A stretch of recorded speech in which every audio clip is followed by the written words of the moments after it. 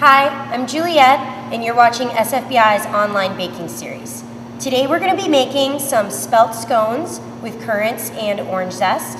So first, let's talk about all the ingredients and materials we're going to need to get started. So for equipment, you're going to need a bowl to mix in. You'll need an 8-inch cake pan or ring to form the scones. You'll need a spoon, such as a wooden spoon, small whisk, pastry brush, bowl scraper or rubber spatula, and some coarse sugar to sprinkle on top, a baking tray. And for ingredients, you're going to need white spelt flour, whole spelt flour. If you don't have whole spelt flour, you can use an equal amount of white spelt, or you could substitute whole wheat flour for a similar result. Then we have salt, sugar, baking powder, currants, zest of 1 orange, some honey, some heavy cream, an egg, and cold butter. So that's everything you're going to need to get started. Let me prepare and we'll start to mix. Okay, we're ready to get started mixing. So the first steps are we're going to combine our liquid ingredients, and separately we're going to combine our dry ingredients. So first, I have my honey, and I'm going to incorporate the egg into that, followed by the cream. So just stirring to get the honey fairly mixed in. Next, the cream. Then I can also add my orange zest, which I used a microplane zester to remove. Okay, so I have my liquids all combined. I'll just set that aside for right now. Then my dry ingredients, I'm gonna put all together into the bowl, and there's no need to sift. So white spelt, whole spelt, baking powder, salt, and my sugar. And I'm just gonna stir that a little bit to combine. Okay, next we're going to be adding the butter to the dry.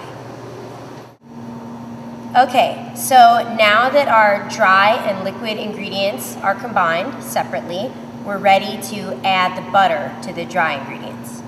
So here I have my cold butter from the refrigerator, and it's cut into small cubes that are maybe 1/4 to 1/2 inch. So I'm gonna add those to the dry.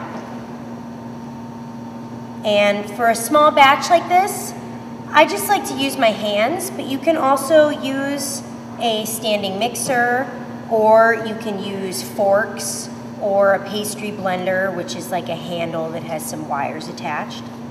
And what you're gonna do is pick up the pieces of the butter and press them flat with your fingers, making this kind of motion. Now the goal is to not warm the butter too much, but to work a little quickly.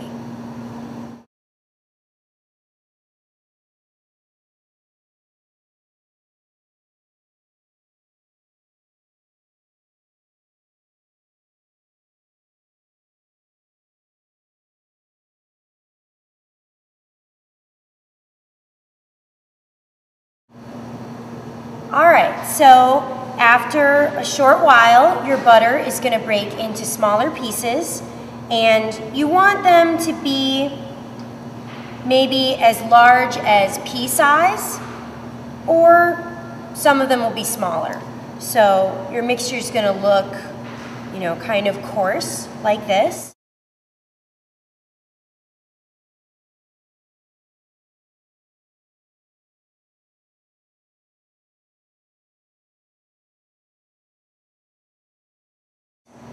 And then we're going to add our currants. And you can just break the currants up a little bit if they're stuck together, and distribute them throughout the mixture. All right, so next we're going to be ready to add our liquid ingredients. pour them all at once over the dry. So now we're going to stir gently to combine, and the goal here is to not overmix the dough. If you overmix your scones, you risk having a tough or chewy texture instead of a tender texture. So just gently combining.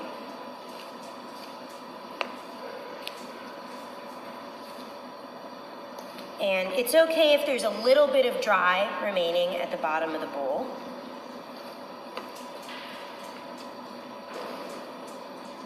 All right, so you're gonna get a soft dough that looks just a tiny bit dry, and that's good.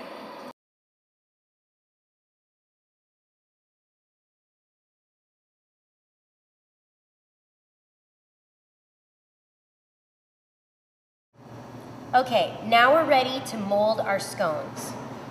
I have a little bit of flour here, and I'm just gonna sprinkle it lightly over the bottom of my 8-inch cake pan. And I'm going to be pressing the dough into the pan to mold it into a disc.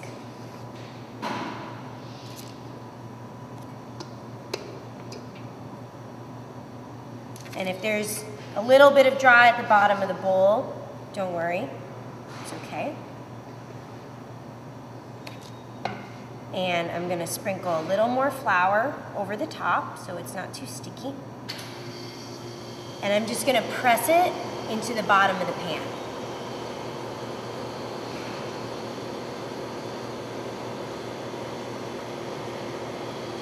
Okay, just to make a nice even disc. You can also do this without a pan. It's just an easy way to get uniform shape and even thickness. So we have a disc just like this.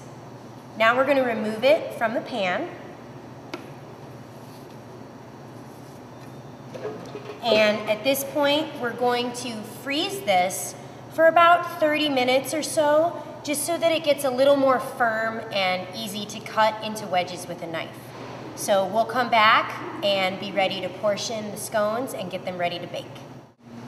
All right, so it's been about 30 minutes with our scone dough in the freezer, and now it's nice and firm and ready to cut into portions.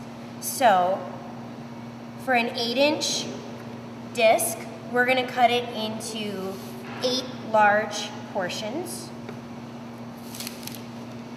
So first I like to cut it into quarters. And then I cut the quarters in half.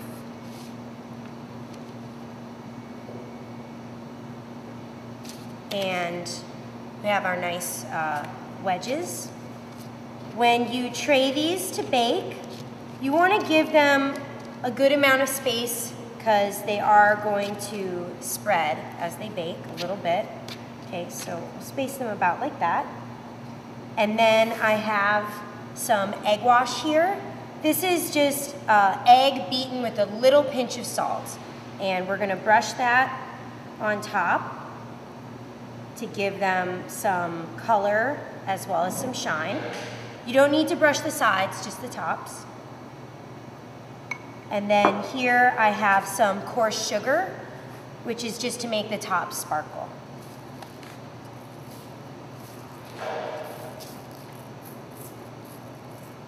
Okay.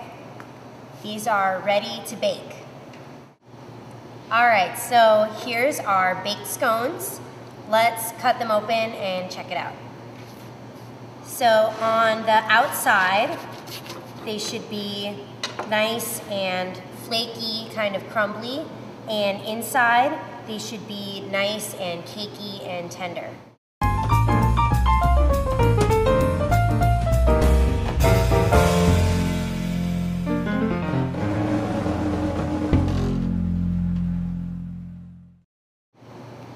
So thank you for watching our segment on spelt scones with currants and orange zest.